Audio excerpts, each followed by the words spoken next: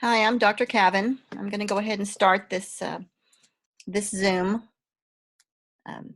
This particular session is going to be one that discusses the first unit, chapters 1, 2, and 3 for EDSP 4362. This is the Special Ed Rules and Regulations course. So I'm going to go over the PowerPoints for those first 3 chapters, and if anybody joins, we'll include them in the discussion. Right now there are no participants, so I'll just begin a general lecture about those 3 chapters, and then I'll post this to Blackboard, and anybody that's interested can view the chapters. So I'll go ahead and get started. I'm going to do a screen share and minimize myself and maximize the PowerPoint.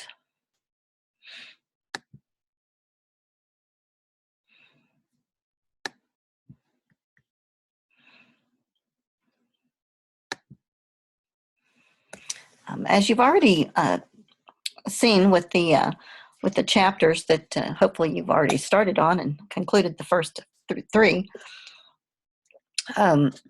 this book deals with the legal aspects of special education, and it's a pretty fast-paced semester that we're going through here, and so it takes quite a bit of reading and keeping up to get the grasp of the content here.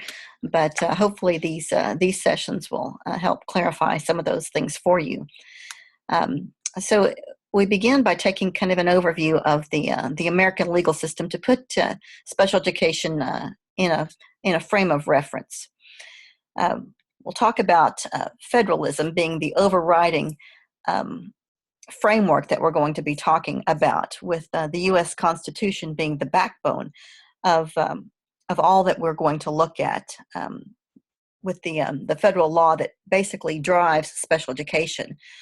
The Constitution being that basic source of all law, with our federal and state constitutions falling under that overriding banner of the U.S. Constitution.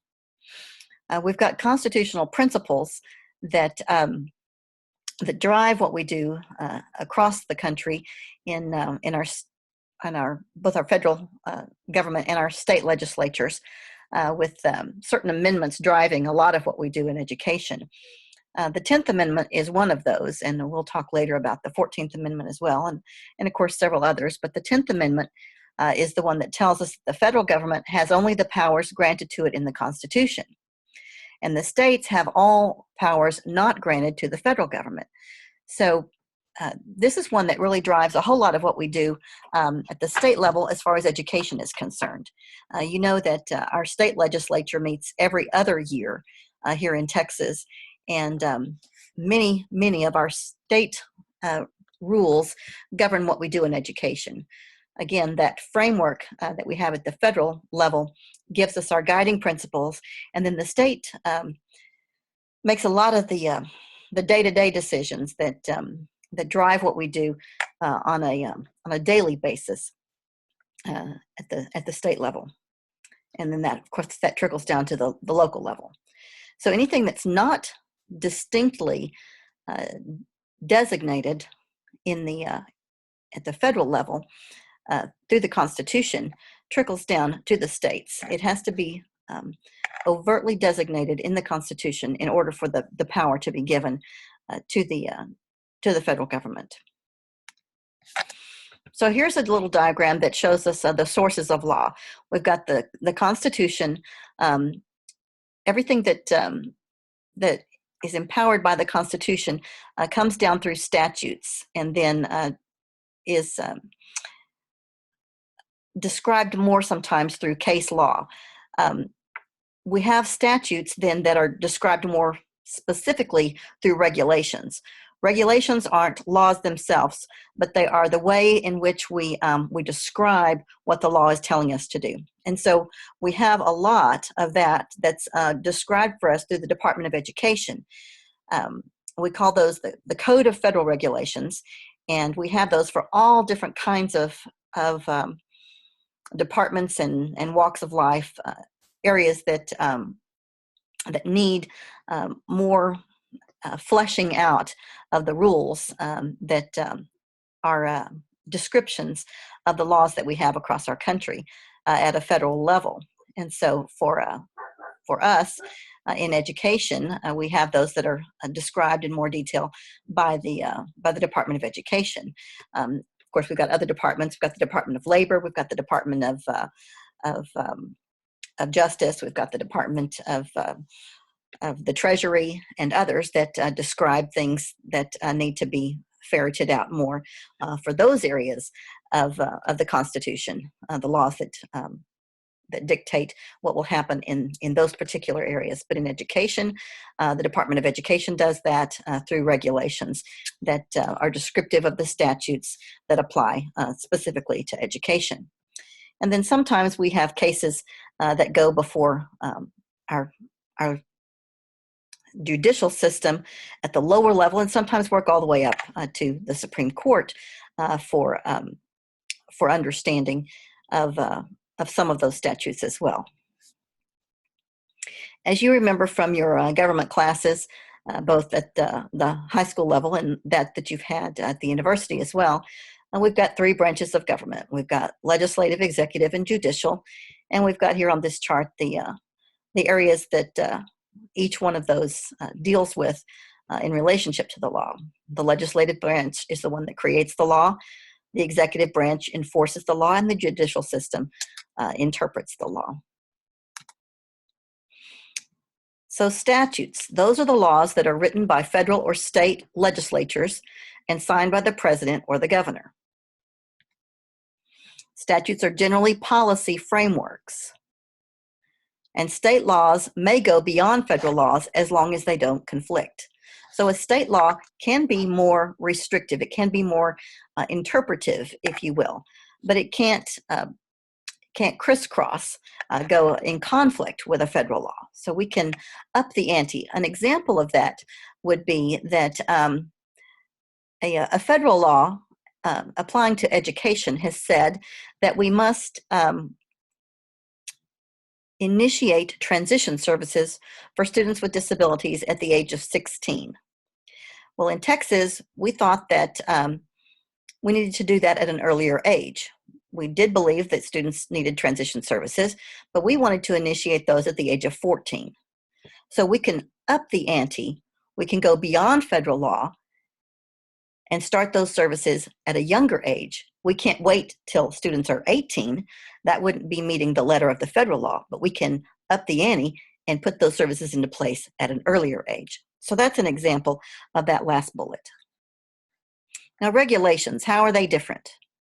Well, legislatures delegate power to administrative agencies to develop those regulations. So at the federal level, the legislature, the Congress, gives those powers to the Department of Education for education rules. At the state level, our state Congress gives those powers to the Texas Education Agency.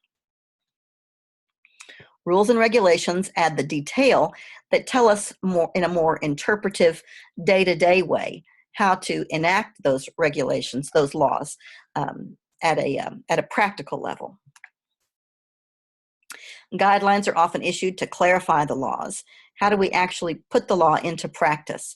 That's what the rules and regulations and the guidelines tell us to do. So at the federal level, we have the Department of Education. They're in Washington, D.C. Within the Department of Education, we have a group that deals just with special education. It's called the Office of Special Education and Rehabilitative Services, and we abbreviate that OSERS. And then within OSERS, we have two more departments. We have the Office of Special Education Programs, or OSEP, and then we also have the Office of Civil Rights, or OCR. And that's where our complaint division is. When people have issues that they want dealt with of a dispute nature, those funnel through the Office of Civil Rights. As far as case law is concerned, these are the published opinions of judges which arise from court cases where they interpret statutes, regulations, and constitutional provisions. So there are situations where there is dispute and we have to have the legal interpretation of what the laws actually mean. The legal system depends on these decisions and the precedents they establish. So the decisions that are made through the legal system are very important. Stare decisis is what we call precedence or controlling and pervasive authority. So once a decision is made at one level, we expect that that will carry over to subsequent cases. Our federal court system, we've got several levels of this court system. At the highest level, we've got the United States Supreme Court.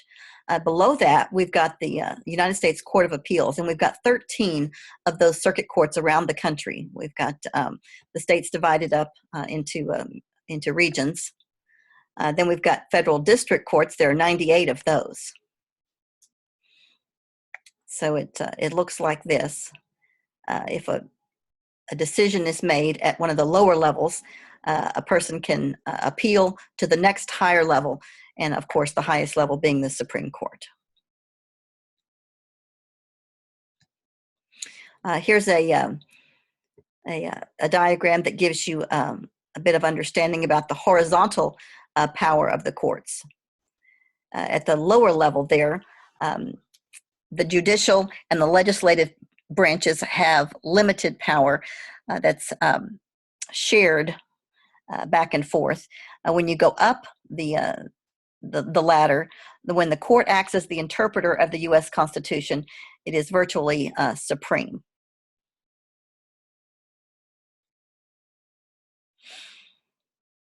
So with vertical power, the court is the court of last resort.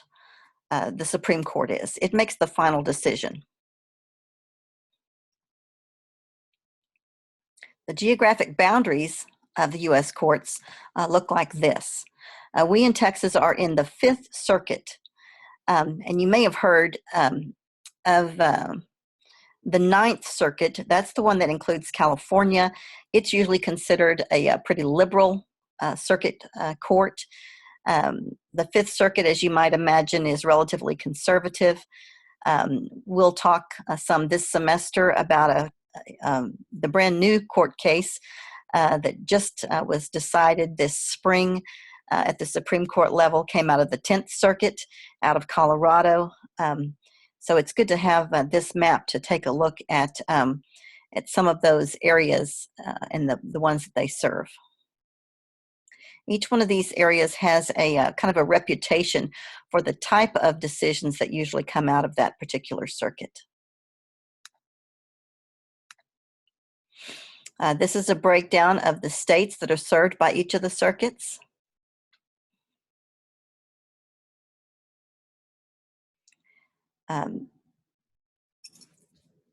This particular diagram gives you kind of the cycle in which we've got legislation and litigation. Legislation is usually bred by litigation, and then of course we get some legislation that responds to litigation, and that usually sparks some more litigation. So it's a revolving door, an ever-changing cycle. We get legislation, it prompts litigation, which prompts legislation, which again prompts litigation.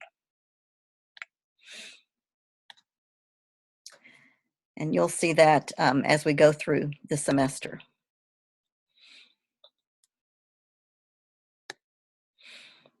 Let's look, secondly, at Chapter 2.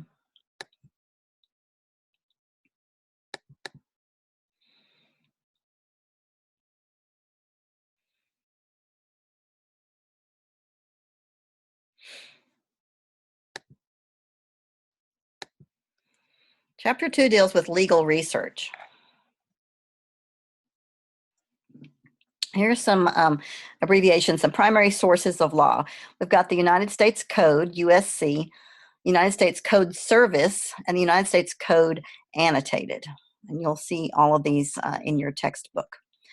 This describes what each of those designations are for. The title number is there on your left, the 20 USC is the United States Code. You've got the section number, the S on top of itself it stands for section, and 1401, we see that a lot with our education code. A lot of our education law is 1401, 1400s, and then subsection there on the right. So that's the way we cite our statute.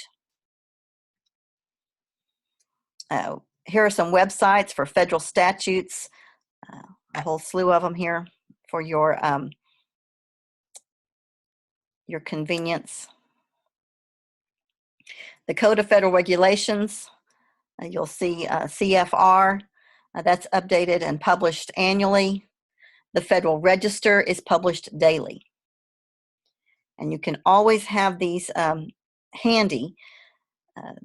They are updated for the public and the public's use on a regular basis. Now, the regulations are cited in a different way. So the first was the statute itself. That's the law. This is the regulation. This is the interpretive part, remember? So the statute is the actual law. The regulation is the interpretive side. This is the part that the Department of Ed would formulate. The title number, CFR, stands for Code of Federal Regulations, and you've got the section and the subsection.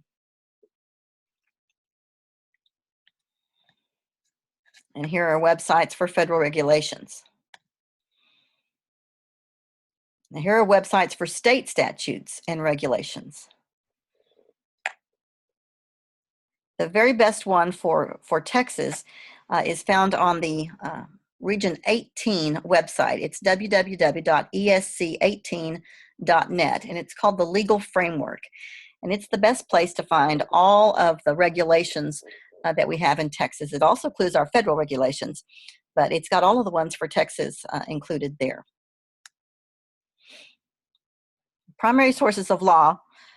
For federal case law, we've got the Supreme Court reporters and federal reporters. And then for state case law, we've got our regional and state reporters. And you have a list here of all of those resources.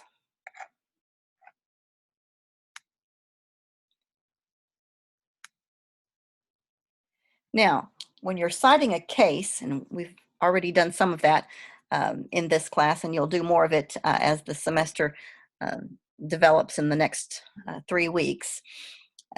You've got the name of the case first, and this is an example of one that we'll do some reading on. Daniel R.R. versus the Board of Education. This is actually a Texas case out of Keller ISD.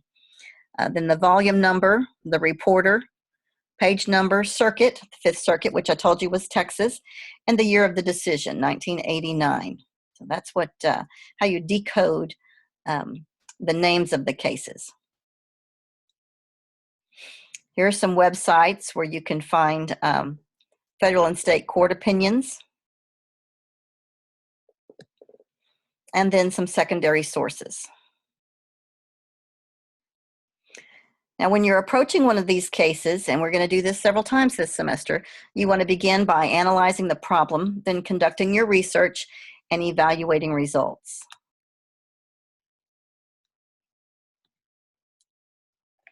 Okay, let's look at Chapter 3.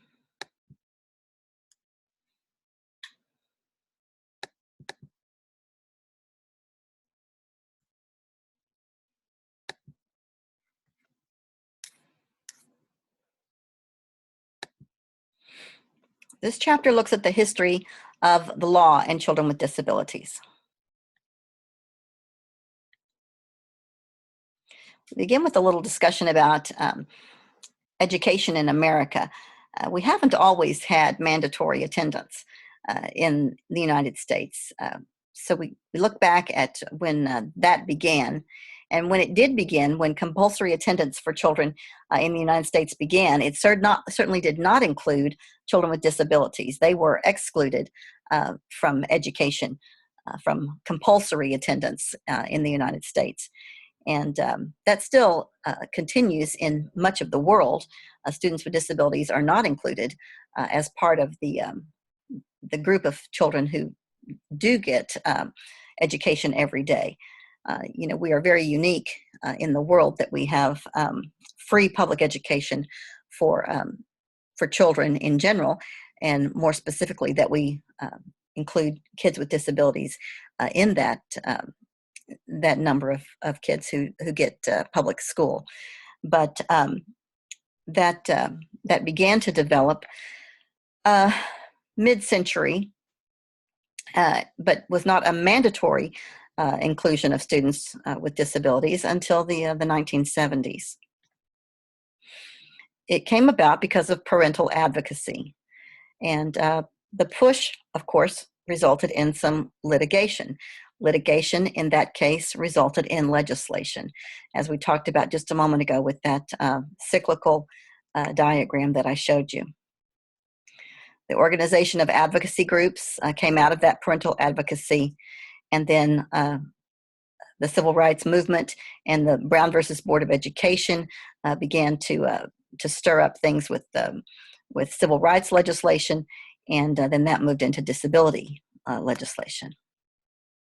The equal opportunity issue pushed itself over into disability rights along the way. We began with this case in 1972, Pennsylvania Association for the Retarded Citizens, or PARC, versus Pennsylvania. You'll read about that in your text. Mills versus Board of Education, also in 1972, and some additional cases.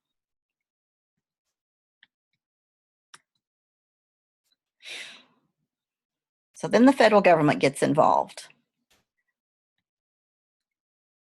The Elementary and Secondary Education Act was passed in 1965 during the Johnson administration, and then the Education of the Handicapped Act in 1970. Actually, it was 1975.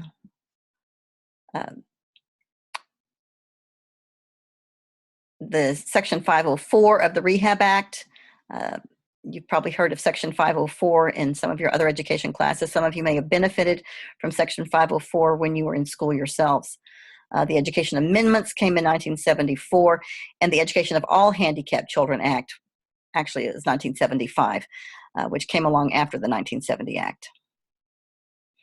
The Handicapped Children's Protection Act of 1986, and the Education of Handicapped Amendments of 1986.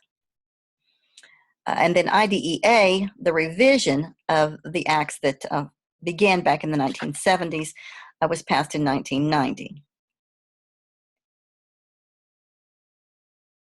It was amended in 1997, and then again in 2004. We had general education law that was updated with No Child Left Behind, the President's Commission on Excellence in Special Ed, and then, of course, the more recent revision of IDEA in 2004. IDEA is the revision of Public Law 94-142 that was originally passed in 1975. And today,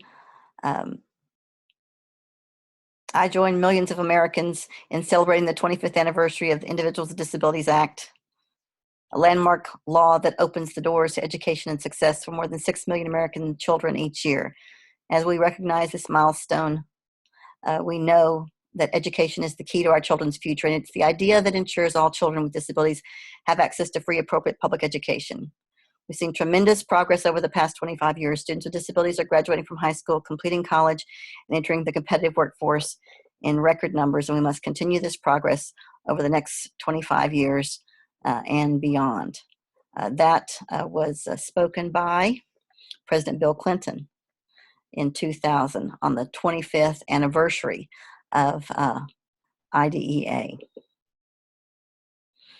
Now, we'll talk more about IDEA in our next meeting, and you'll study it in Unit 2, which hopefully you've already begun. But this is a review of Unit 1. Your test for that will open tomorrow on Friday. It'll be open Friday, Saturday, and Sunday, and I'll talk to you soon. Thanks.